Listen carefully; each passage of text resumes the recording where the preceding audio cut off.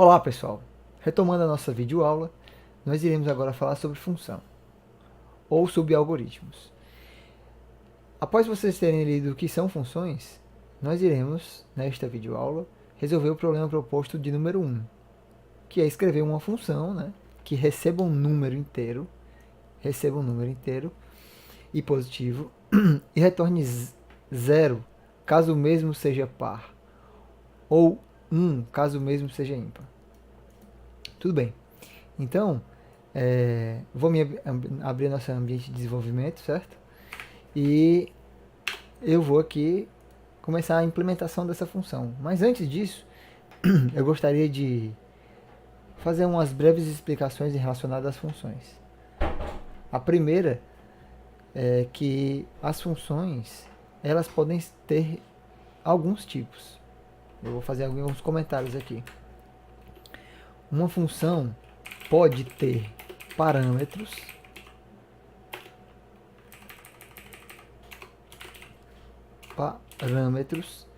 e ter retorno.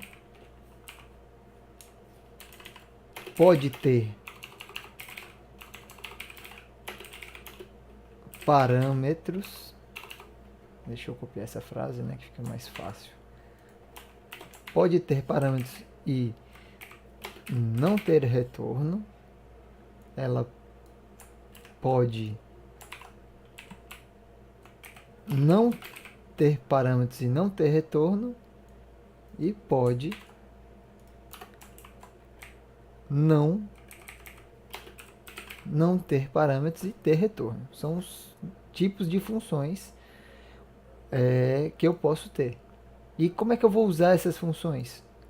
Ora, normalmente o problema, ele identifica o que eu preciso ter ou não na minha função. Por exemplo, neste caso aqui, escreva uma função que receba um número inteiro.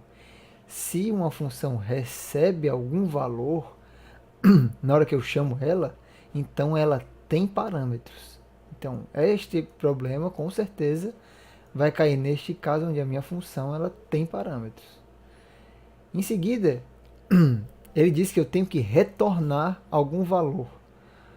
Então, esta função ela vai ter parâmetros e tem retorno. Então, vamos implementar aqui esta função, na qual tem parâmetros e retornos. Como é que eu faço a implementação de funções em JavaScript? Primeiramente, eu escrevo a palavra function, certo? E em seguida, eu vou declarar aqui o nome da minha função. Então, da mesma forma como eu fiz para a declaração de variáveis no começo da disciplina, então vocês vão também dar nomes para suas funções. Então, vou chamá-la de par ou ímpar, para fazer sentido com o problema. Após o nome da função, eu vou ter que abrir parênteses. Nesses parênteses aqui, é o momento onde eu vou informar para a função se ela tem parâmetros ou não. Como eu já sei que ela tem um parâmetro, que ela vai receber um número, eu posso, por exemplo, aqui, dizer que ela recebe um número. Isto aqui é a mesma forma como se eu estivesse declarando uma variável que é exclusiva para a função e ela é o parâmetro. Mas em JavaScript eu não preciso, dentro do parênteses, no momento do parâmetro, não preciso declarar como var. Para ele basta somente o num. Não basta não, na verdade tem que ser só num. Em seguida, eu coloco a minha chave que vai delimitar as linhas de código da function. Então, como eu já sei que este problema, eu devo implementar um algoritmo para saber se o número é par ou ímpar, então eu vou aqui usar a nossa estrutura de seleção, Se, por acaso, o num em uma divisão de num por 2 tiver um resto 0, eu sei que este número é par. Então, eu vou escrever um return 0. Se ele não for par, com certeza ele é ímpar, então eu vou dar um return 1. Beleza? Outra característica especial da função. Toda vida que uma função encontra a linha de código que tem escrito return, ele para a execução da função e volta de onde foi chamado. Ok? Então aqui, este momento a gente fez a implementação da função, mas ainda não chamou ela no programa principal. Então digamos que a partir dessa linha 19 aqui, eu tenho o programa principal. Programa principal. Aqui no programa principal eu vou apenas colocar na tela. Não, na verdade eu vou fazer a leitura, né? Var número recebe um parse int associado ao prompt com a mensagem digite um número positivo. Um número inteiro positivo. Ok. A partir da entrada de dados que foi feita nessa linha, eu vou chamar a minha função, certo? Então, eu posso declarar aqui mais uma variável, né? Chamada checando. Eu digo que checando recebe o valor da minha função par ou ímpar e eu mando por parâmetro um valor que vai ser recebido por número, num na verdade, né? Então eu tenho que enviar quem? Número. Número é enviado para a função e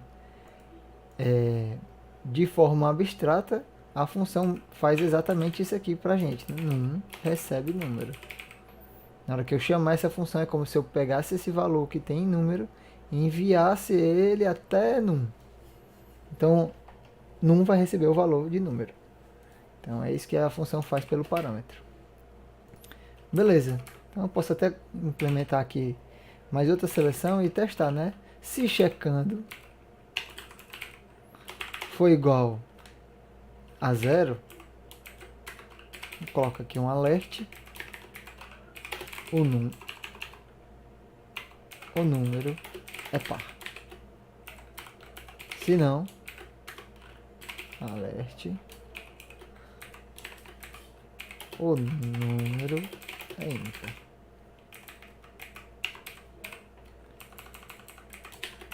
Beleza. Então, antes da gente finalizar essa videoaula, eu quero só implementar com vocês estas outras funções utilizando a mesma lógica de saber se o número é par ou ímpar. Se eu tivesse uma função que tem parâmetros e não tem retorno, como seria essa mesma função de saber se o número é par ou ímpar utilizando esta característica? Eu poderia fazer isso aqui, ó, function par ou ímpar 2, que agora é outra função. Ela tem um parâmetro que também vai ser num, mas ela não tem return nela. Já que ela não tem return, eu apenas devo fazer isso aqui, ó. Se o num resto 2 for igual a 0, eu posso colocar justamente aquele alert lá. O número digitado é par. Se não,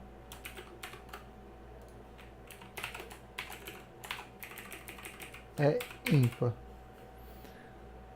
Então essa função ela tem um parâmetro, mas ela não possui retorno. Mas vocês podem notar que ela existe saída de dados, porque eu tenho um comando de saída, que é o alert. Poderia ser um document.write aqui, sem nenhum problema, mas eu usei o alert aqui porque é mais simples de escrever. Então vamos implementar agora uma função que ela pode não ter parâmetros e não ter retorno. Olha, muito fácil, né? Uma function par ou ímpar 3, que não tem parâmetros e não tem retornos, é justamente todo esse processo do programa principal até aqui embutido dentro da função. Ou seja, eu vou ter um var número dentro da função com a entrada de dados. Ok? Então, eu vou colocar aqui e em seguida eu já posso fazer isso aqui, né? Já que ela não tem retorno, eu vou substituir esse cara aqui por número. Então, esta função ela não tem parâmetros, ó, não tem nada dentro do parêntese. Ou seja, quando ele diz que é void, void significa que é vazio, né? Então ele não tem nada de parâmetros. Então, o número vai receber o que o usuário digitar no teclado e ser convertido para inteiro. E em seguida eu vou testar se esse número ele é par. Se for, mostro o alert, se não, mostro que é ímpar. Então, para o quarto caso, onde uma função ela pode não ter parâmetros e ter um retorno, eu vou deixar com vocês, para vocês tentarem fazer em casa. E qualquer dúvida, apenas vão atrás da monitoria, que qualquer dúvida seja sanada lá. Muito obrigado, boa noite.